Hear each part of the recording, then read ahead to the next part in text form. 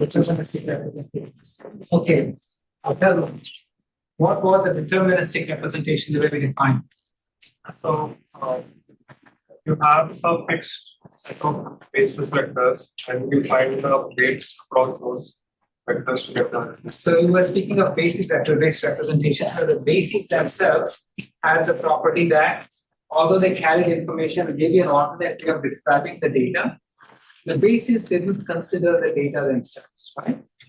So first, when X, a little bit of revision, if Y is the unit length vector, what is X transpose Y? Scalar. It's a scalar, but what does it represent?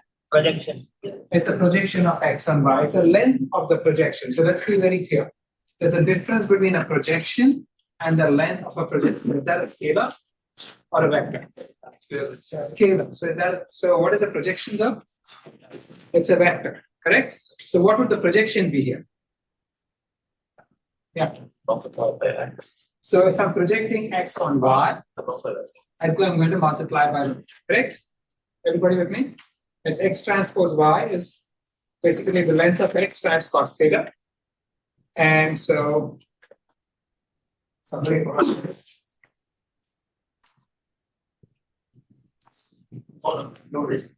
Okay. So once we take one. I don't know. Is that how many questions we have then? 4. Okay, so ignore the 4 numbers of slides, multiply everything by 2. Okay. So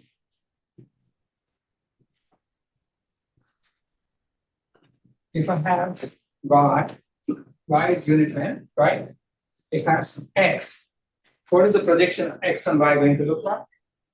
It's going to be this vector, right? And the length of this is X transpose Y. Correct? The vector itself, what's the vector going to be? What's the vector going to be? X transpose Y, Y. I'm saying Y is unit length, but you're right? So this vector itself is going to be X transpose Y, this is scalar, times Y on norm. And if Y is unit norm, that is right. Everybody. One. Okay. So what is the projection of X onto Y? Just answer the question, right? What is the projection of X onto Y when Y is a matrix of basis vectors? Forget the orthogonal matrix. What is the projection of X onto Y when Y is a matrix of basis vectors? Yes. So you just did that X to Will that always hold? correlate this dependencies. So what is the projection of X onto Y when Y is a collection of basis vectors? I have Y equals Y1, Y2, N, right? N may be equal to the dimensionality of the space, N may be lesser. We can even have N be greater, it's just going to be an over-representation, right? So what does it mean to say, to project X onto Y? What was this?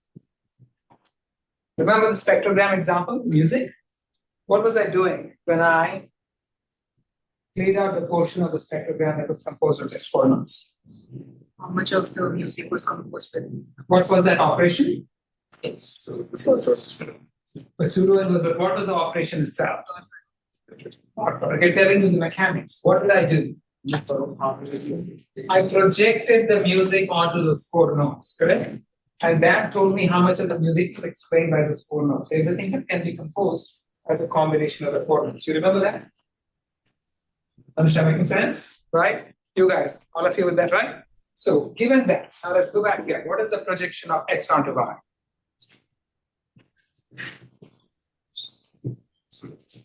So your name is Bing.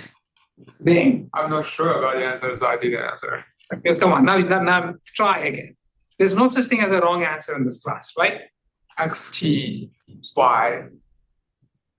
And speaking of the another vector and the denominator, I'm not sure. Okay, so now, so here's what we did. When I'm trying to project onto y, x onto y, I'm trying to explain x as y times some w, correct? It's always a combination. We are saying that I'm finding the closest approximation that can be composed of the basis vectors in y onto that comes closest to x, right? What will w be? Yeah, everybody take a lot. 1, 2, 3, go. Okay, because I want you to say that a sufficient number of times for this to be burned into your head, right? And so W is y plus, I'm going to use the plus notation for pseudo inverse times x, correct? And so what is this a projection? Is W the projection? It's the scale. It is the best scale of it is the weight of the bases, right? What is the projection itself? So it's going to be x hat is your projection, that's p is going to be y times y plus times x, correct? Everybody remember this? Which is why we call this the projection matrix. Everybody remember this, right? We're going to keep saying this, repeating Rishika. Perfect recall or partial recall? Partial recall. So what's the gap? So do you understand where we got W? Okay. So W is just the weights, correct? So y times the weights is that under the explanation of x. And the weights square y plus x, right? So y times y plus x. So the y times y plus is what we multiply x y to get the projection. This is a vector in the space of the y's, okay? Everybody with me? You guys with me? You're sleeping. No. So questions, because if I just imagine that you know all of this and keep going on, the rest of the class will not make sense. Raise your hand if you got it. Some hands were not raised. Anusha, what was the doubt? I raised You raised your hand. Okay. So now, oh shit. Yeah.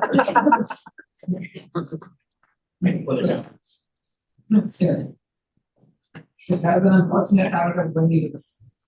You like to have things walking into the sky. So anyway, so now here's the other thing.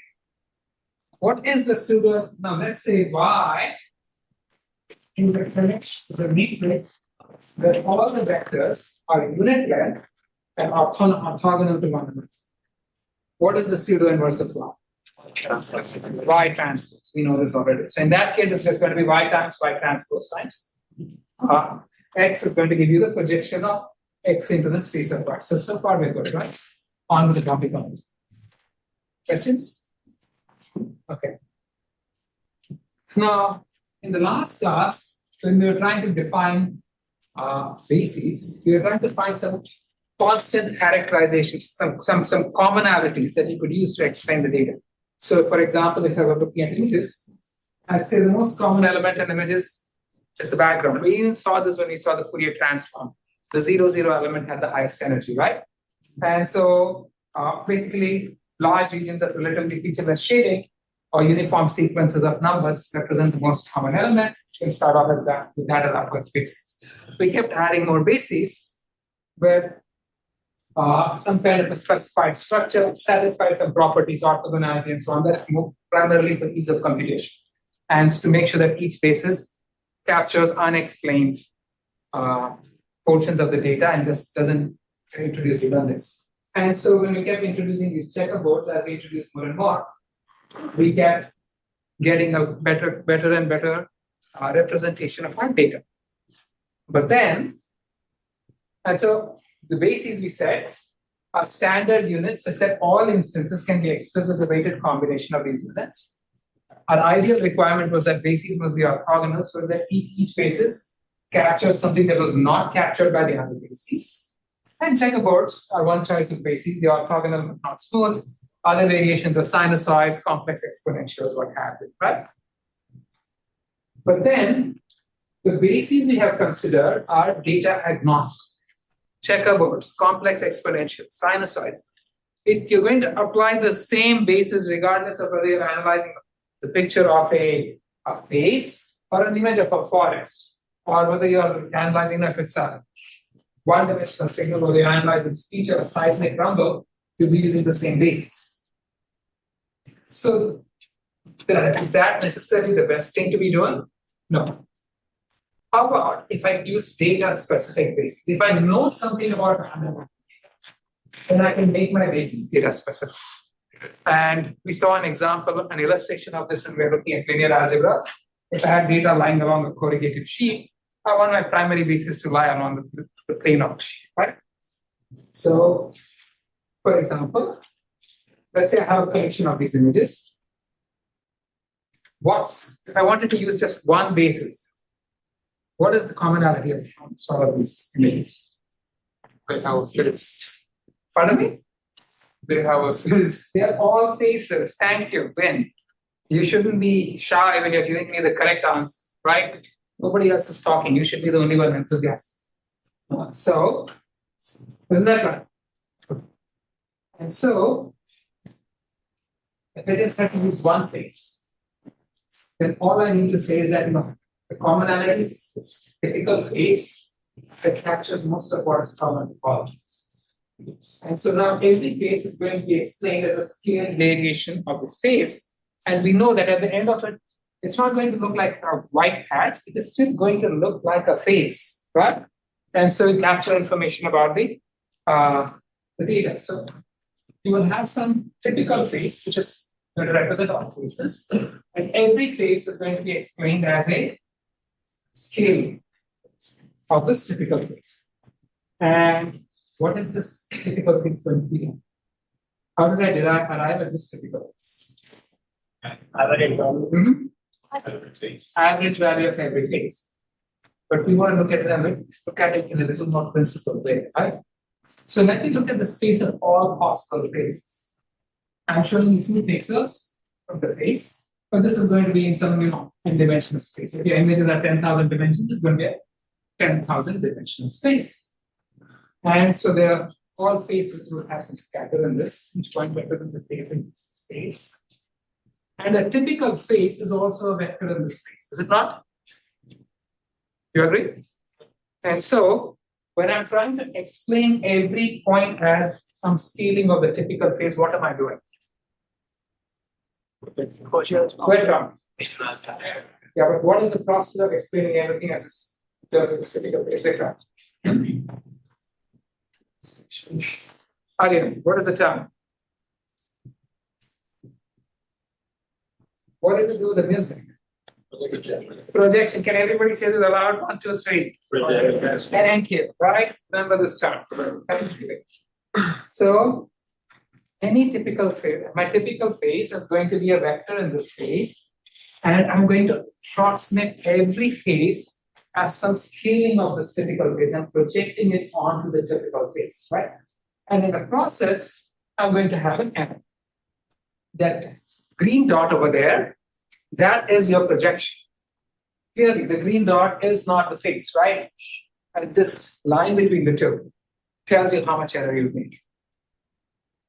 And so, if I look at all of my faces, if I choose any vector as my typical face, these are all the errors that I'm going to make. Given this, which vector would you choose once I draw this picture for a typical face? Which is the vector you would choose? Smallest error. Smallest error, yeah. Okay. And so here's what you're going to do, right? Find the V for which the total projection error is made. So it's the total sum of the lengths, but we like to use squared lengths because they're differentiable and represent energy in some sense. So we're going to sort of scan through all the whole space of vectors and find the vector for which this total square projection error is. Make sense, right? Yeah, Could you go what pixel one and they're just any two pixels in your actual image. So if this is in a 10,000 dimensional space, if your images are 100 cross 100.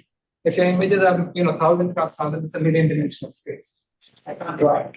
So I chose two random images.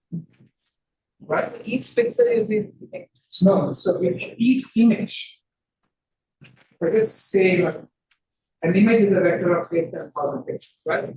And representing for any two of those dimensions. You have to imagine that it scales up to 10,000 or million, how many dimensions, right? And so you're sort of searching through the space of lines till you find the line. The vector for total square error is minimum. This is also what we will call an IDS. Now, given this, how would you formulate the problem? I'm going to ask you guys to help me formulate the problem of finding the space. How can we do it? So can I just pick a random person amongst you to help me formulate the problem? So I'm going to pick the. How will I formulate it? What's the first? Define that. Thank you, right? And what is the error? For any one vector, what is the error? Sagar, what's the error for any one vector? Can you give me a formula for it? Squared error between your guess and the actual vector phase. Okay, so what is my guess? This is my vector phase. What is the guess? X minus x hat squared. This is, yeah, but what is x hat? Projection, right? I'm using my first basis. So it's going to be v times v plus, right? I'm just using, so it's a single vector, so it's v dot x, correct? And this is the squared error. This is the error that I would have for one instance, right? So for the entire set, what would the error be? Average of all the sum. Thank you, right? I can just. So that's going to be well, right? Makes sense? Can I see a name tag? Sure. No, I got you. She's missing her name tag. I can't even right? So, maybe is this making sense? Anybody? Okay, now suppose I go ahead and take one or two guys over here. Come on, how do I solve this problem? What am I trying to find? Switch model. So what is the term over here that process? Plus. I'm trying to get the V, right? V plus successes. So how do I solve for this? I can differentiate and solve for it, correct? So that's all I will do. Now, what is this formula exactly? Can I actually write out? This is the length of the error, correct? And so here's how I can write. Say this is my vector x. Okay. The projection is the length of this is x squared. Squared length is x squared, correct? What is the squared projection length? X dot b whole square. So what is this length over here? x squared minus. This is a famous theorem, which is 3,000 years old, Yeah. right? And so what did we find out 2,500 years ago that this was? There's 2,500 years of history of mathematics. What is the answer? Square minus c squared. It's x squared. Minus x dot b squared, right? So this is what we're going to solve. Everyone agree? Right. So, yeah, I was thinking about there was an example that we discussed, like you had 25 words. No, I'm looking at only one vector. No, I'm trying to figure out how they like, you represented those 25 nodes using only 4 nodes, like those were the major. I represented the entire music using only 4 notes. Yeah, so is this similar to that? That's going to be very similar to that only one track, right? So that error is going to be the approximation error is whatever x. I'm trying to approximate x as some w times b, but w is the projection inner product of x and b, right? And so that's going to be x minus v transpose xv, that's the error. And the square error, if you work it out, is going to be this. It's, let me write this cleanly.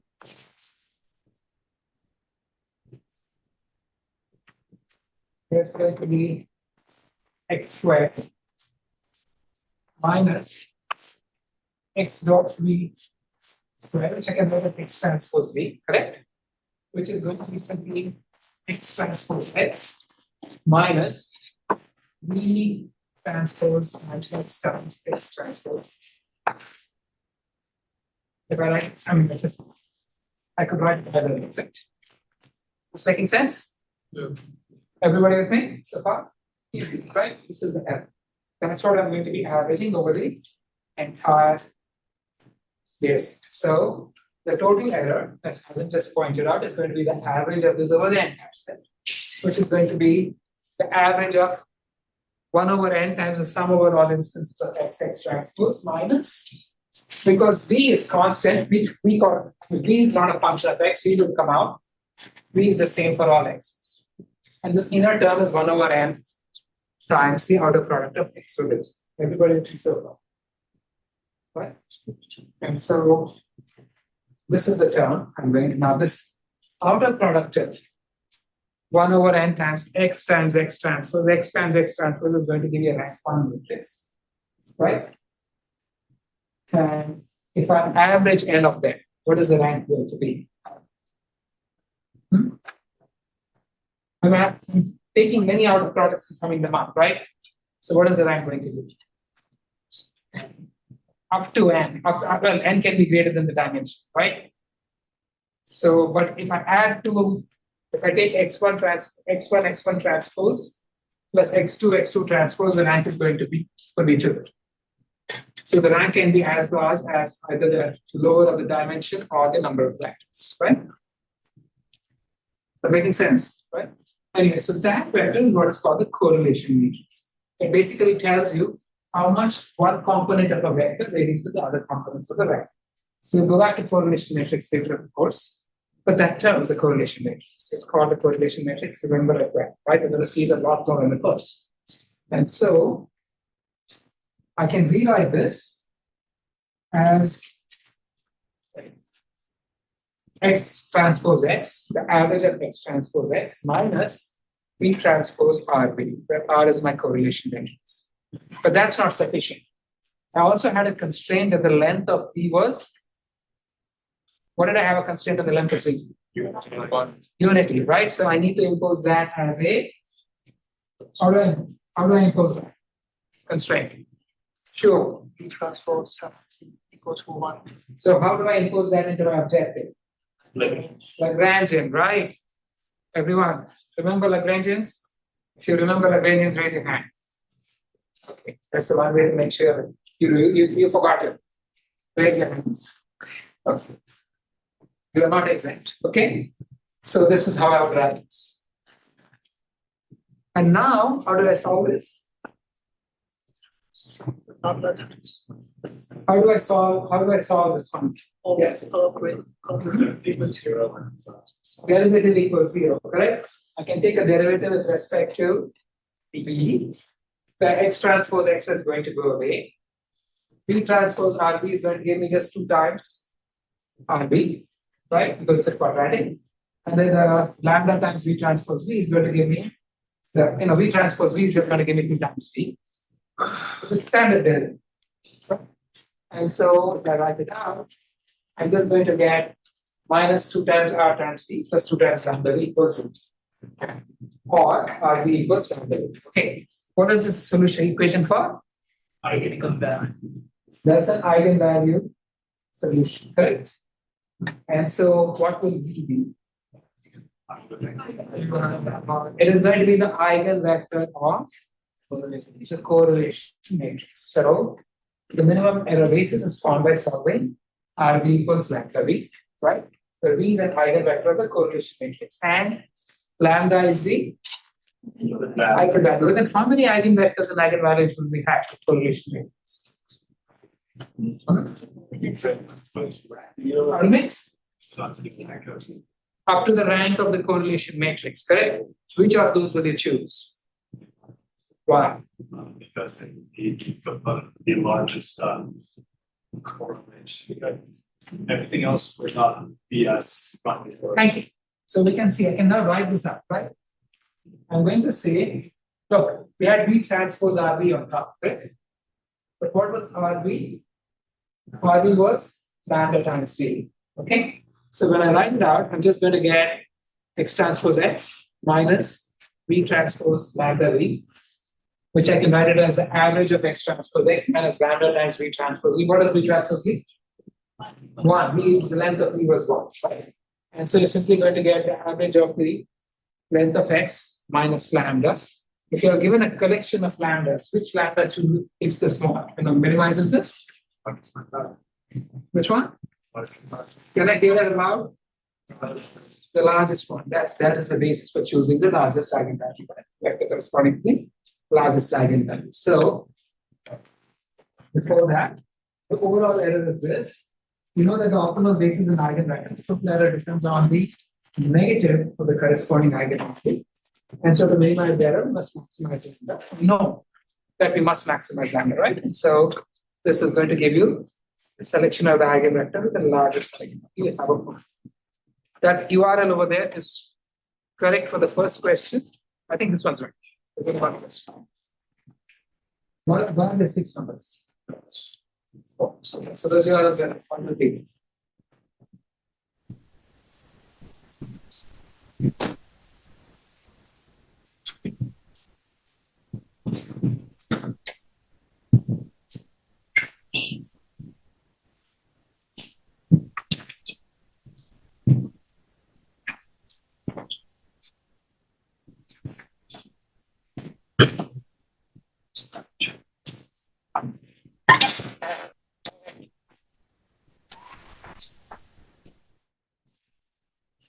The moment Alex is done, all of you must be done.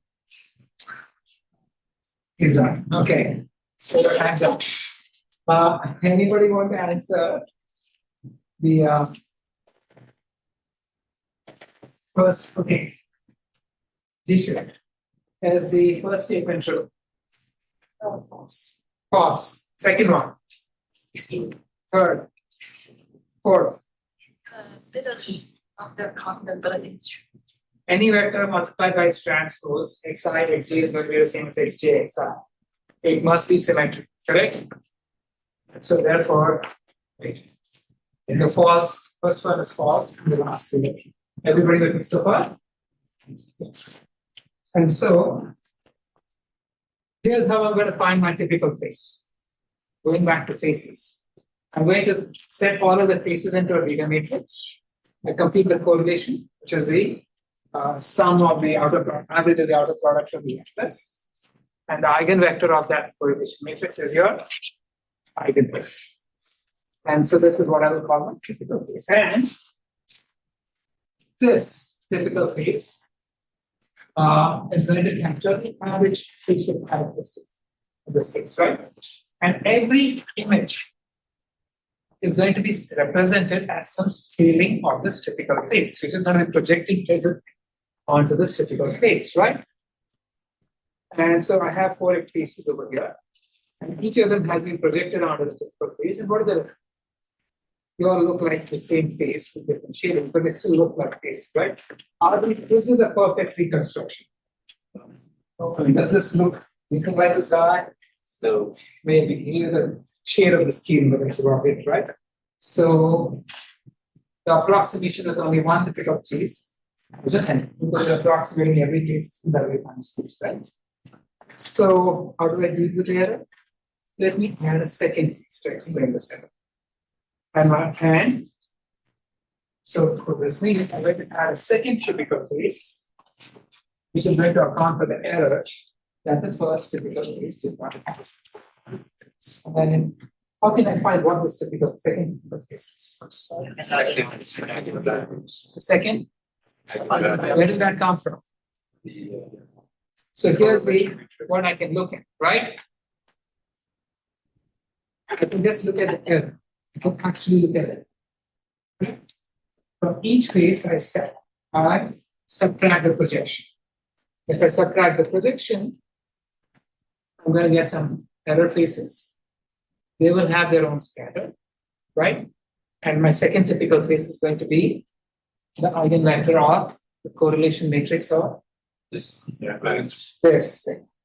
I can just compute my eigenvectors of these guys.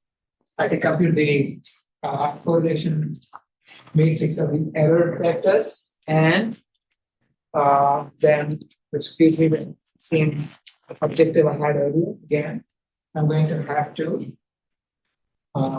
introduce this Lagrangian to make sure that the basis estimate is scalar, is unit length.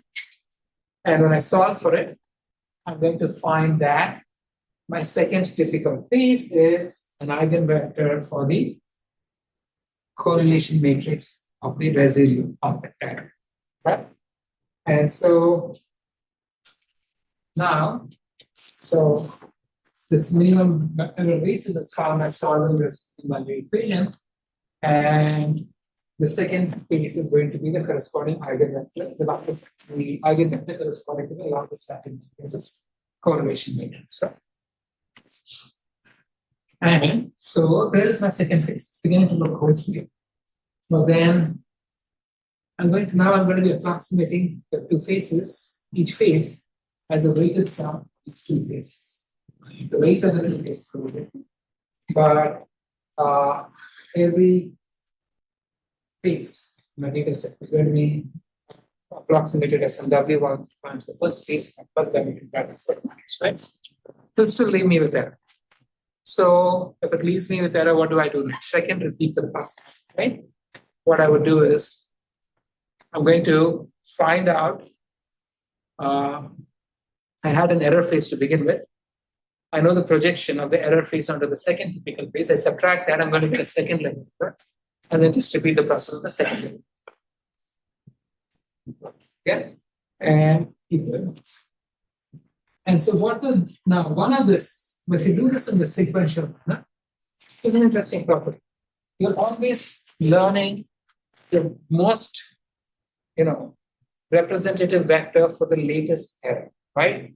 And so anything that remains was something that could not have been explained by that basis. So each basis, by the manner of in which we have computed it, each basis captures information that was not captured by the previous basis, correct? And so as a result, each typical phase will be orthogonal to all other typical phases. We cannot explain what the other phases have. And so we can continue the process refining the error each time. And this is an instance of a procedure called Gram-Schmidt orthogonalization. You might have heard this term. You can apply this to any kind of data where you find one basis projected on the basis, not just vectors. You can apply this to pretty much any data, functions, you name it. But then you're going to find one basis which best explains the collection of data. Then you can subtract out the explanation. You're going to get some error. Then you can find the second basis for the error, subtract out its computation from the error, and keep repeating the process. This is Gram-Schmidt orthogonalization, because all the bases you get are orthogonal. Would be really good, right? So we're assuming that there are a set of k typical phases which captures most of all phases, most everything that's phase. So you would say that all phases can be represented as there's some k typical facial structures, and any phase in the world can be represented as a weighted combination of these guys. And there's a sequence to it, right?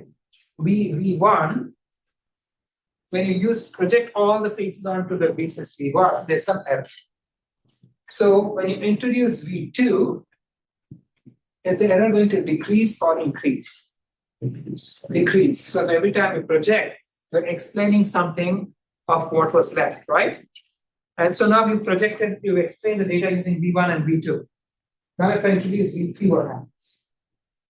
It's going to decrease further. And so each basis is going to be, the introduction of each basis is going to reduce your approximation error almost by definition. So if I decide that there are k bases, then there's an order to it. And the error that you obtain when you use k bases is always going to be lesser than the error that you obtain. We put the error you obtain when you use k minus 1 basis. And so if I put all of my bases into a single matrix, what we are really doing is to estimate this entire basis matrix to test explain the data. So what is all of this? Now this goes back to the picture that we had, right? So when I had this, when we spoke about the sheet over here, I could represent the data using your standard bases, X, Y, Z, or I could have bases along the sheet and order the sheet. And the second one is clearly intuitively better, but why is it better? You can explain? Yes. Entirely? Most of it, right? So we choose the second. So why is that important? Because if you know yours, That is one. If you don't know V3. So can you cook up reasons? Why is this kind of a representation important? Capture the bolts. That's it. Capture some of the data. It captures most of the factors of the data, right? So yeah. Could be useful for dimensionality reduction. You can use it for dimensionality reduction, you can use it for communication. You can send most information with the least number of values, right? Again, for this, we are agreeing upon the basis, and if I send you the numbers in sequentially, then if I get short at some point when I'm sending you the input, this can we create much of a picture. And more importantly, very often the fluctuations along the, off the plane can be viewed as noise. You can just throw it away. So again, so then there's a notion, there's something called the energy compaction principle. How did V1 and V2 come to be? The sequence of bases that we got have a very specific property. Now, anytime I introduce a new basis, the overall error is going to decrease, right? I can just keep introducing bases and the overall error is going to decrease. So what was special about this particular sequence of bases? I could have introduced bases using any other technique, right? And every time I introduce more bases, I'm going to lower the error of representation. What was special about this particular process? Number of bases. Least number of bases. Covered more. So given K, again, there are many more sets of bases which will give you the same substance. Yeah? Extract more new information from. So basically it says that if I truncate at any point K, so I'm choosing, say up to n bases, right? If I order them at any point K, if I truncate the set of bases up to any point K, there is no other basis set that will give me a lower error, right? So the first basis is going to be the basis, the one single basis that gives me the lowest error of projection.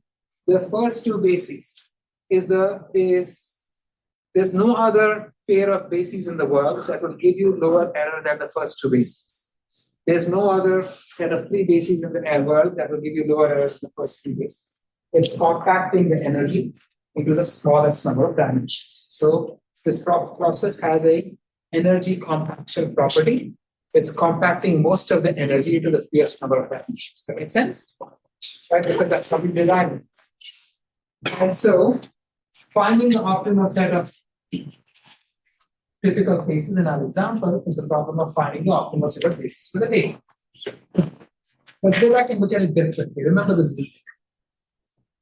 In the music case, I gave you some notes and I asked you to explain the portion of the music that could be explained by those notes. So I was asking you the score given the notes. I also said we could do it differently. I could give you the notes and ask you to find the score and the projection onto the nodes. Now we're doing something even more bizarre. I'm giving you nothing. Right? And I'm telling you to find both nodes. The nodes and the score. So this is basically the only thing I'm telling you is the number of nodes. This is basically what's happening here. Make sense? Right? So, same thing with the faces, right? I'm not giving you the typical faces, I'm not telling you how they are combined. Find it all such that my combination has the lowest term. Okay? Now, that you are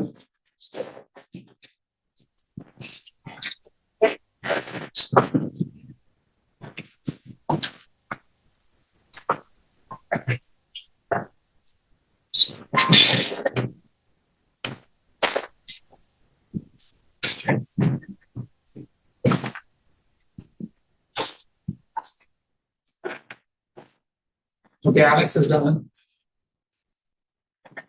Boy, you need to be slower, man. You're making it hard for everybody.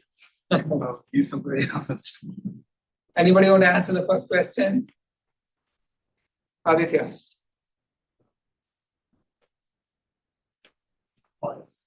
False. Everybody think it's false?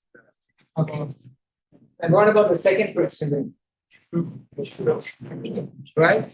They're actually a collection of least squares, data specific bases. That's what this first one is false. That's it.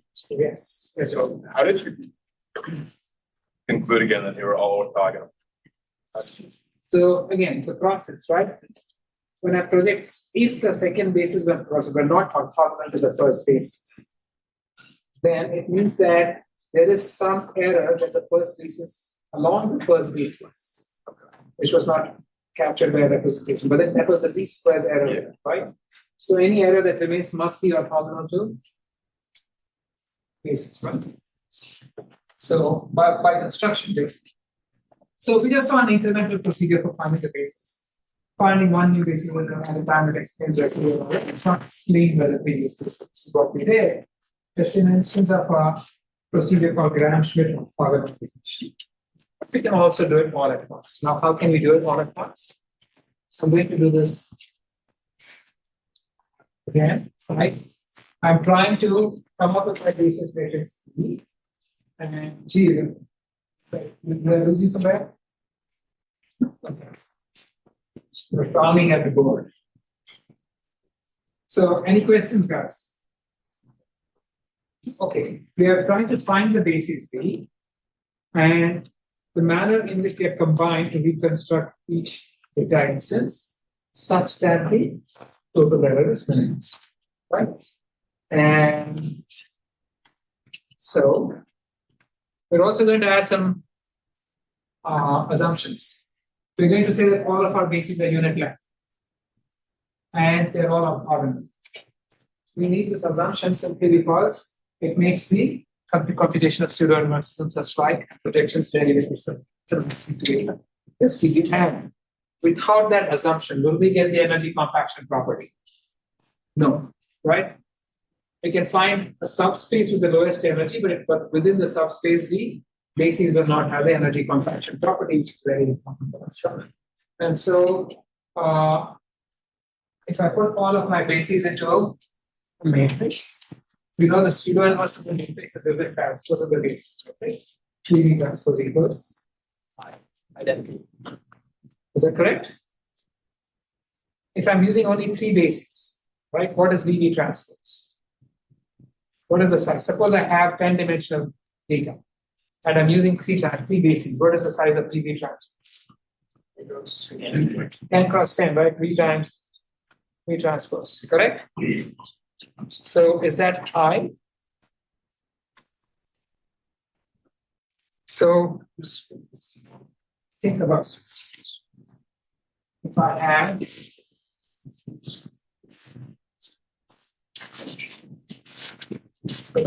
have you ever encountered an eraser that doesn't work? Serious question. Okay. No, it's a chalk.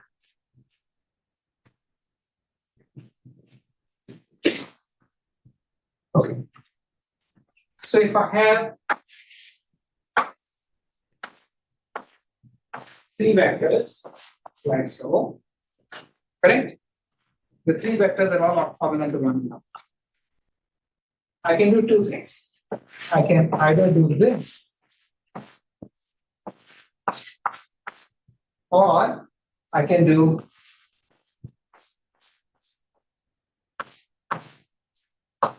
correct. What is this? All the vectors are next one.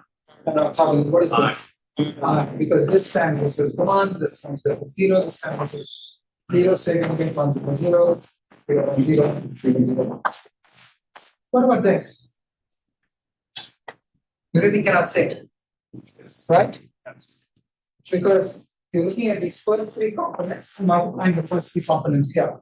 You don't even know what that is, right? But what is this vector? What is this matrix? It's the projection matrix which projects the data onto the columns of the first matrix, right? And the second one is just a pseudo inverse, it's a transpose. And so the projection matrix for V times on V is simply V times pseudo inverse of V, which is V being transpose for orthogonal matrices. Everyone with me? Okay. And so when I have multiple bases, I can project any vector onto the basis matrix as times V times V transpose times X. But because V transpose X is pseudo inverse of V times X, it gives you the V's, right? And so the error for any vector on projection is going to be X minus V transpose X, right? And the square error, of course, is going to be the square norm of X minus X times V transpose X. Everyone with me? And this is the error for one vector. And sort of averaging and just summing this for the sake of convenience.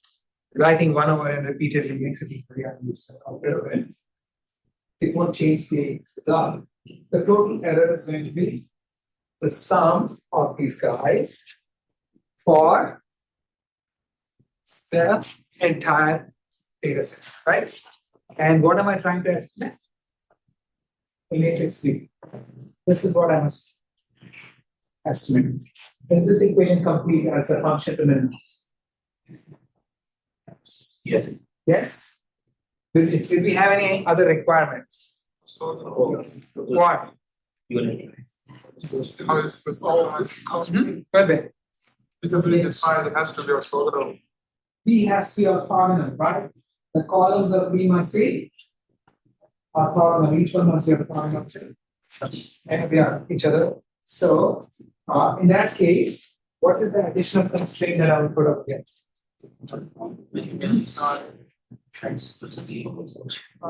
Yeah, so how do I add it here? It's an identity matrix, V transpose V, right? And then, so it's actually a bunch of equations, one for every vector, is it not? And so you have a gradient corresponding to every one of these. The whole thing can be written in matrix form, where this lambda over here is a diagonal matrix, where every diagonal matrix is a Lagrangian term for every one of the faces. Okay, make sense? Right? Now this is what I can differentiate it. So if I differentiate it, this guy of course is not a function of V. It turns out that the derivative of this with respect to V is going to be minus 2 times the summation of X transpose times V. I won't derive it for you, but it's fairly straightforward. If you put pen on paper, you'll find it's correct. Okay. And the second one, that's just a quadratic. So it's going to be 2 times V lambda. The lambda, the diagonal matrix. I solve for it, again, R V equals V lambda. So voila. You actually end up with the standard eigenvalue equation. If you solve for it, you're going to find that the eigenvectors of R are the columns of V, and the eigenvalues of R are going to be the corresponding eigenvalues, right? Everybody will. Yes. Go ahead. Question. So, why are we differentiating over, like, what's trace there? What is the? How does trace work? The trace function, does it only add up the diagonals, so it doesn't take into account the rest of the matrix? So So- one will close and offers. over here.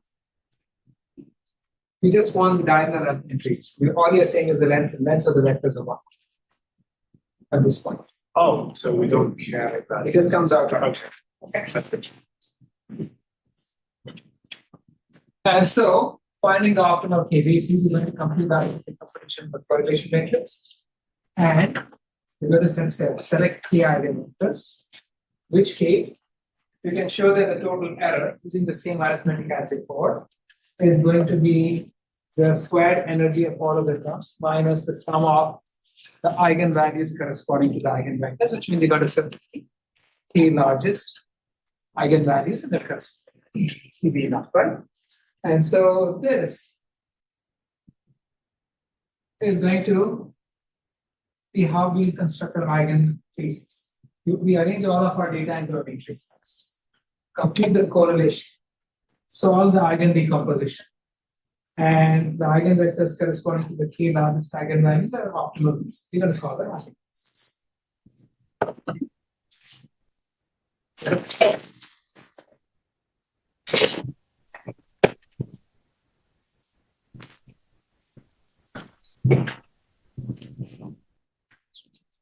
That's your Yeah, I need to assign into my schema. I need my iPad.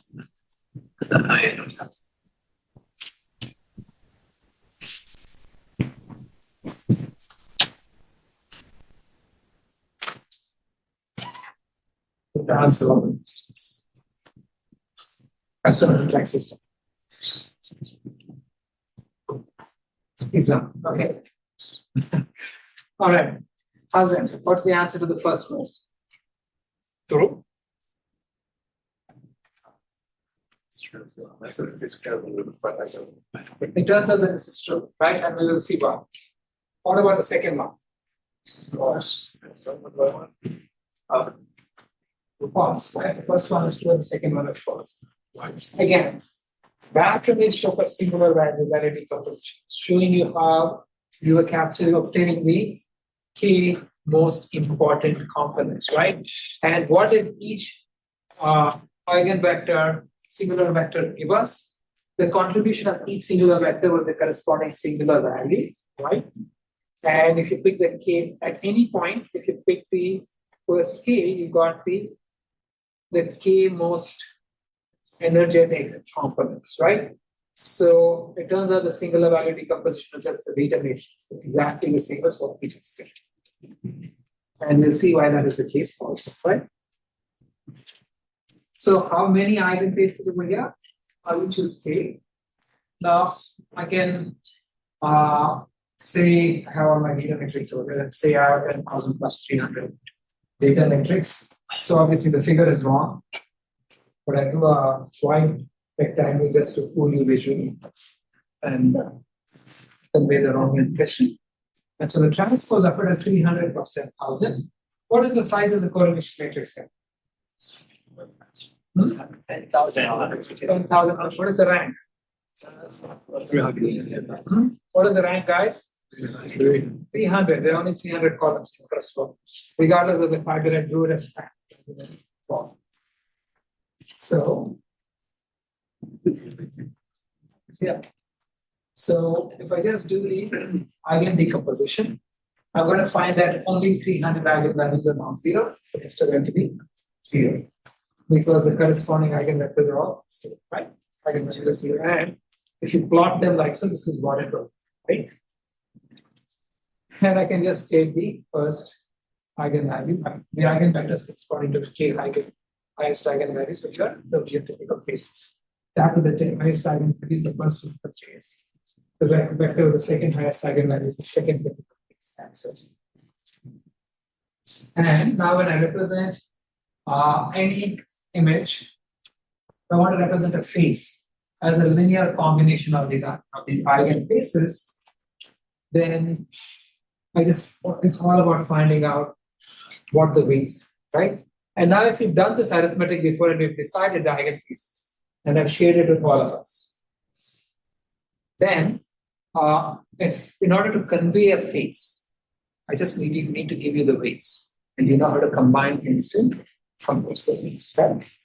And so, one outcome of the energy compaction principle is that the approximations are immediately recognized. This is my original phase. If I approximate it with just one eigenphase, this is what it looks like. With two, that's what it looks like. It still looks like a face, right? With three, this is the 30. It begins to look like the garbage. By the time I get to 60 eigenfaces, it's out of 10,000. I can clearly recognize this person, right? And so, what did I do here?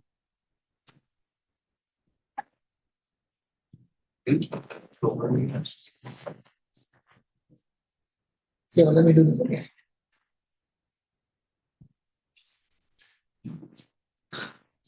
What did I do? Yes. Change the weights. It's just a little video where I just linearly change the weights from that for the first phase to the second phase.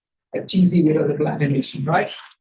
But you get the idea that it's at every point it looks like a face. It literally looks like a face being walked, right? It never stops looking like this. Yes. Does this create like a uniform distribution? So if you like sample any bunch of weights and It's not uniform. Actually, there's an underlying assumption of Gaussianity, which I'm not really getting into. But it has to follow Gaussian distribution. Okay. What this is telling us is that any combination of these bases is going to look like, what's it going to look like? Face. So, all I'm doing is changing the weights assigned to the eigenfaces, and it's going from one face to the other. And it also tells me that although these look like ghostly images and such like, they are actually meant to compose spaces, right? They will not be useful for other classes. Let me try constructing this fishbowl using eigenfaces. Using my first eigenface, that's what my fishbowl is. That's a two eigenfaces. That's with 30 eigenfaces. So, not very successful. It's very, for fishbowls, they're going to be fishbowl, eigenfishbowls or eigenfaces. So, question? Okay. Now, so it's class specific, right? It just shows quite visually that it's specific to the category of data that you use. But then, suppose I have something of this kind, but then I throw in both fishbowls and faces into my collection and compute my eigen images. How would that work? I would be able to represent both fishbowls and faces. Suppose I throw trees into the collection now. What would I get? all three are I'd be getting all three. If I throw every possible class of data into the collection, what basis do I get? Cosine. This is what you get. You actually end up with a discrete cosine transform. And so, which is why we use DCTs for JPEG compression. DCTs have this energy compaction principle in the widest sense. Right? Yes, you can prove mathematically using very simple assumptions about the properties of images that in the limit your bases, your energy compacting bases obtained from the correlation of the data matrices of the data are going to be. Does those DCT on the screens come from the real data? Yes, this is the real data. So it's simply just like the minimum error basis for All data, everything. okay. Right? This is I think I used 3,000 random images, compose this, and there's two random data, one of which was the plot. Right? And so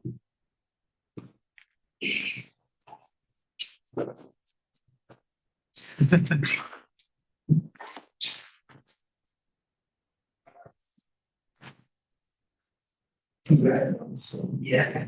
you try to like but that's about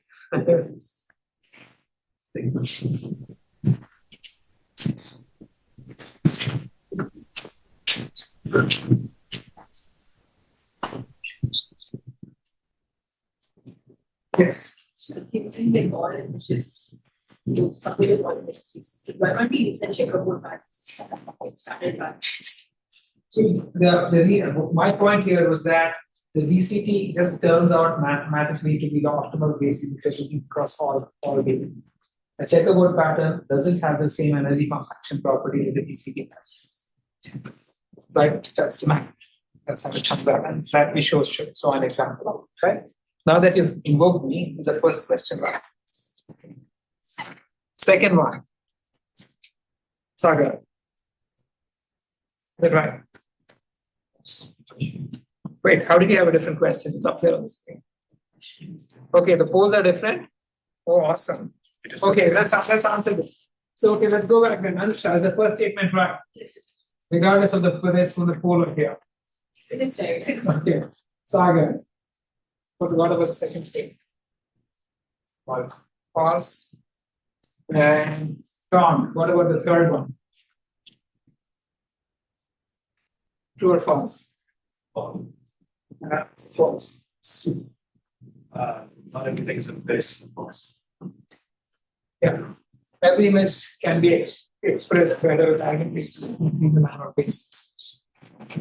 It's true, right? Because when I get as many bases as the dimensionality of the space, I can represent everything. Because the energy compaction property becomes irrelevant when you're spanning the space. If it's only one pixel, I mean, the point is, if it's only one basis, it's going to be very class specific. So if you have a million, 1,000 cross 1,000 image, and if I'm using a million bases, spanning the space, right? So as I increase the number of bases, as you can see, even here, by the time I got to 100 bases, beginning to see something that like a fish as it's really a fish, right? So but that would require you to have at least a million images that you train on, right? I mean, it does not matter. I can train entirely on faces. But if you only had 100 faces, But if the faces, so long as the faces span the space,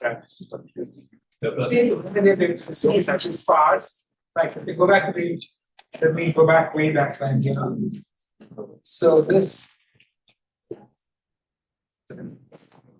asking a question that requires me to go back. Like so, yeah. So these data span multi-dimensions. Right, the corrugated sheet. So basically, if I use all of these, I can represent them. Even though the data themselves, I just need a little bit of fluctuation in the third dimension. Right? So as I increase the number of bases, I'm going to make it becomes more and more universe at some point. For example, at some point we will get the fishbowl. You would get the fishbowl if you went up to 10,000 600. Professor, the maximum number of bases is limited by the number of images. By the number of images, it's the lower of the number of images in the dimensionality. Yeah, which is the red. you need to have a lot of images to do that, right? Pardon me? So you in fact need to add like lots of images. If I had 10,000 faces, I could still get bases that would give me all 10,000. fishbowls, right? But if you only had like 10 faces, you wouldn't be Yeah, able they would. But the first image, the first typical face of the representing the whole face. It's on the first tag. The first typical case is the first tag and case. Okay. Yeah, so for So this is not good for fishbowls, right? but It's good for faces. So the more you truncate the representation, the more specific it is to get, right? Now, going back to singular value decomposition, right? Okay, we are speaking of the correlation matrix. You guys have heard of principal component analysis. Every one of you guys. Am I speaking of PCA? It sounds similar. It is not. This is not principal component analysis. It is. But first, we are speaking of, let's look at the relationship of eigen decomposition to singular value decomposition. That's my correlation matrix. So within a constant is XX transpose. If I decompose X using SVD, it's USV transpose, right? So XX transpose is going to be USV transpose times V times S times U transpose beta U transpose V identity because our left and right singular vectors are orthogonal. So you just end up with U times S squared times U transpose. So the eigen decomposition, the eigenvectors of the correlation matrix are just U, which are just the left singular vectors of the data matrix, which is why SVD and this guy give you the same answer. Everyone?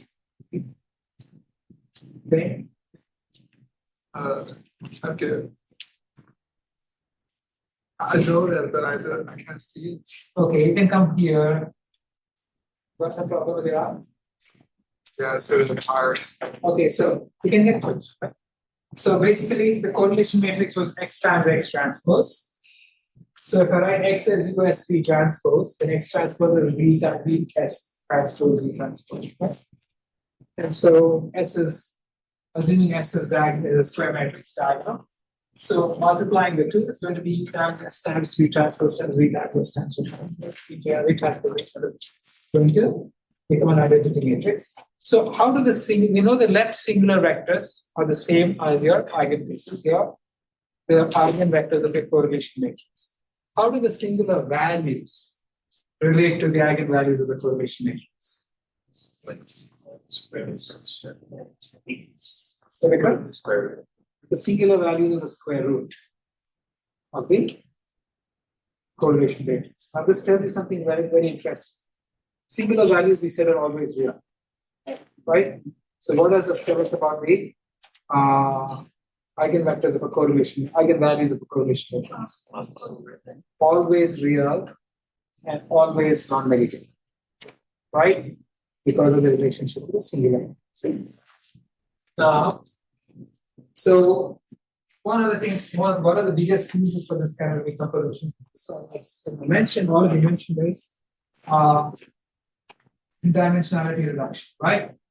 The columns of E, if I just decompose my correlation matrix using eigen decomposition, the columns of the eigenvector matrix are one basis. And so I can represent every vector as a linear combination of these bases. And then if I just use only the top K bases, I'm going to get the lowest average energy, the average error representation, right? And I can truncate my representation of the K bases, and I'm going to get a good approximation. Is this true for every data instance? Or is this only true for on average? This would be If I truncate it, for a specific class, but on average. even on that class, right? So if I truncated the series after just K bases, so we just got a bunch of faces, and then we computed 10,000 bases. But we know from the energy compaction property that if I sent you only the weights for the first three bases, that's going to give you the best three-dimensional representation of my face, right? The lowest error three-dimensional representation of my face. Is that going to be the lowest error three-dimensional representation of every face, or is it on average? Because we minimize the average error, right? For any individual instance, there are no guarantees. But on average, it's a statistical average. And so the thing over here is, skip the math. I can just use the first K bases. And if I want to find the weights for the first K bases, I just have to literally just project my data onto the first K bases. How do I project? I compute the inner product, right? And the projection basis is going to be E times E transpose, because E transpose is just variance. So easy. And so to these guys, I'm just going to use the correlation matrix and find the bases. And I'm retaining the first K bases. This and representing everything in terms of the first K bases. There's a name for it. It's not principal component analysis. It's called Cardinal transform. And there's a reason. This is useful. This is useful because it captures most of the energy in the data. Right? You're always using a representation that captures most of the energy. Okay. So we saw this audio example, right? Energy is important. That's what we want to capture most of the energy in the data. Over here, I'm calling this the covariance matrix. It's showing the correlation matrix. It's 1025 plus 1025. And those are your eigenvalues of the correlation matrix. And if I just use I can represent any vector in my spectrogram as a very combination of these eigenvectors. And if I use, these are the weights. This is what the weights would look like if I used only the first 25 bases. And you can see most of the weight is for the indexing is upside down over here. But most of the weight is going to be for the 0 bases, so for the very first, right? And then as you go down, the image gets lighter and lighter, which means that most of the energy is being attributed to the first bases, the second most to the second bases, and so on. And we also saw over here that if I try to reconstruct it from the first 25 bases, I get it back most of it, or even from the first part, right? Does anybody feel like listening to this? Does? No, one does. I'll skip it. We have 6 minutes. I think it's rather complicated. So, but I can put this up on the course side, and if you feel like listening to Polish stuff, it's fine. Click. Now, so very often we won't actually do eigen decomposition. We're just going to use SVD. And why would we use SVD? It has to do with computation. So, for example, take this example where I've got my data matrix of just 310,000 dimensional. Right? If I computed the correlation matrix, that's going to be a 10,000 cross 10,000 matrix. And so that's a big matrix. And then an eigen decomposition of a 10,000 cross 10,000 matrix is going to be expensive. On the other hand, if I just perform singular value decomposition, I'm going to use a much thinner matrix, it's going to be very fast. Even if the data had, 100,000 vectors as opposed to 300 vectors, if I were only using 10 bases, it makes no sense for me to compute the entire correlation matrix and perform eigen decomposition. You can use a procedure called PSVD, which is a log pi Gram-Schmidt of quantification, which will compute just the first 3 bases really fast. So if you're using Python or MATLAB, if you go and check the SVD options, one of the options is going to be in SVD, which is much more efficient than doing a proper SVD or eigen decomposition. Right? And so you can just use SVD. SVG. And there's nothing magical about faces or sound, can be applied to any data. Eigenanalysis is one of the key components of data compression and representation. We represent n-dimensional data by the weights of the k leading eigenvectors, and it reduces the effective direction of the data to n to k. It requires knowledge of the eigenvectors, right? But then I've been talking about Kalman-Love transfer. You guys are familiar with PCA, right? What is the difference? Yeah. So I know that PCA we're trying to maximize the variance that we captured, but I don't recall how it's. So here is this. That's the definition difference between linear and half-on. So we know the difference between linear and half-on. What is the difference? Half-on has an additional constant, right, and intersect. So what we just saw approximated every phase is a linear combination of the bases. Right? If I make it a half-pi combination of the bases, are the optimal bases going to be the same in both cases? No, because I have this, right?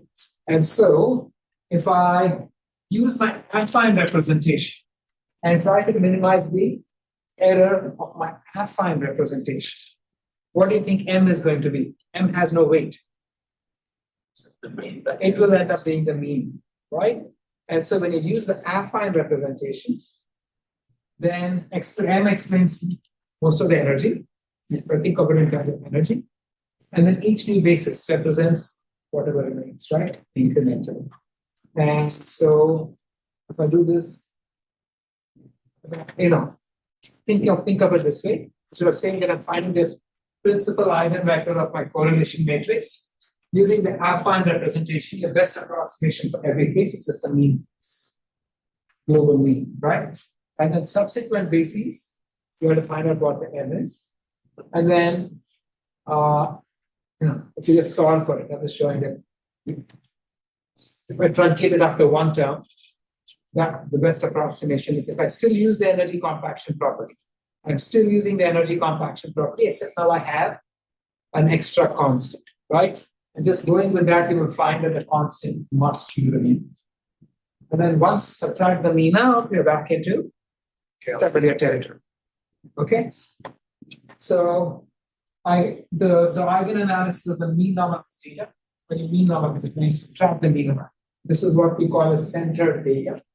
Then that's going to give you principal component analysis, right? Now, and the correlation matrix of the centered data is what we call the covariance matrix. And the covariance matrix actually, the eigenvectors of the covariance matrix give you the principal directions of the data. Now, I'm kind of a bit out of space, standard, but the math remains the same. Now, what is the relationship between the correlation matrix and the covariance matrix? Meaning, what is the relationship between the cardinal log transform and the principal component analysis? Do you think my KLT basis will give me any information about the PCA basis? Small now. It absolutely will not. Okay, so it turns out the two are unrelated, except for the very first term, which is a shocking result. So the eigenvectors of the correlation matrix, we'll see this again later, represent the major and minor axes of an ellipse centered at the origin, which encloses the data compactly.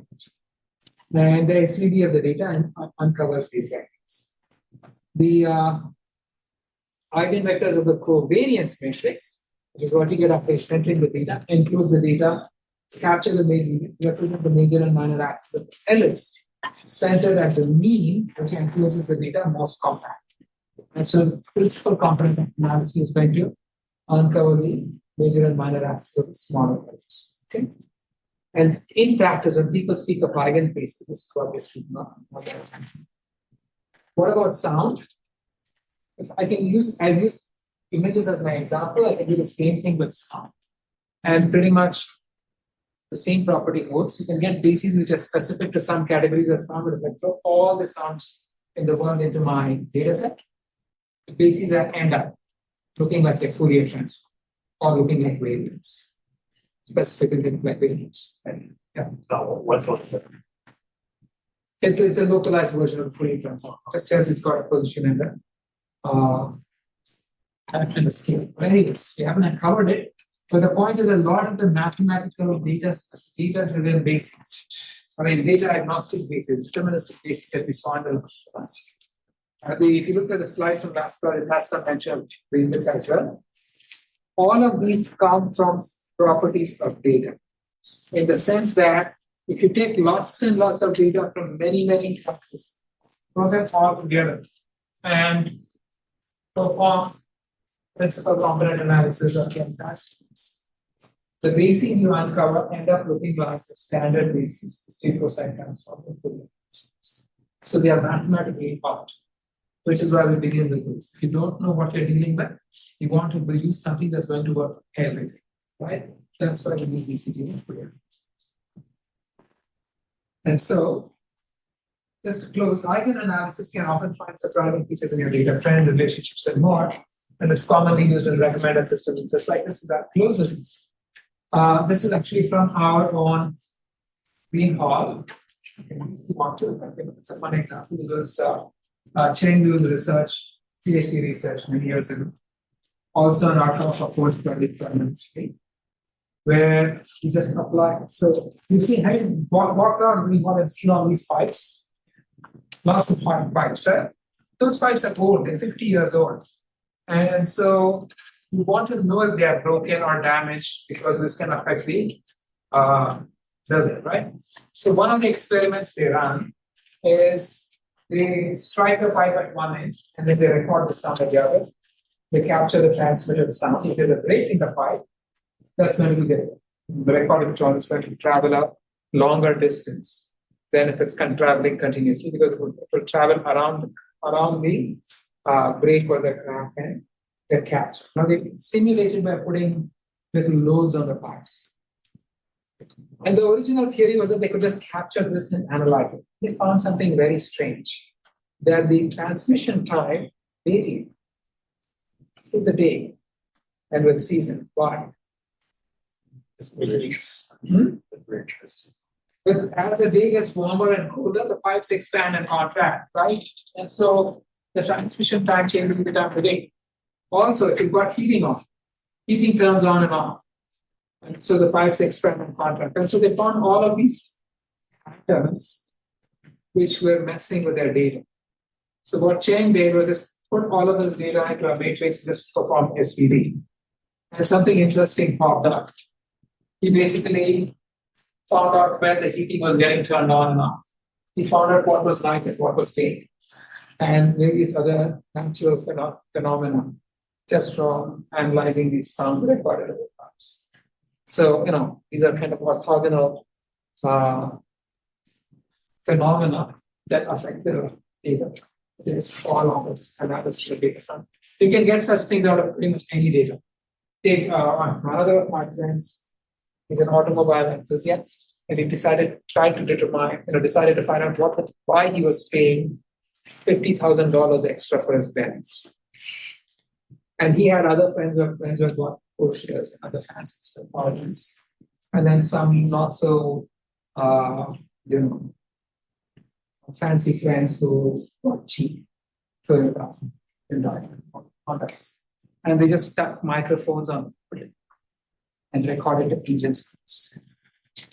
And then they just collected these data and ran a video on. And what they found was when you have a V4 or a V6 engine, on the Benzes and the Audis and the BMWs, all the pistons are in perfect sync. Whereas if you go to the cheaper models, they're slightly out of sync. And it turns out that being slightly out of sync is more efficient in terms of fuel. So it feels like the car feels smoother, we pay more money, we can run analysis and you get less mileage. Anyway, I'll stop right here. And yeah, stop. That's the best way to stop it. We'll come to the next.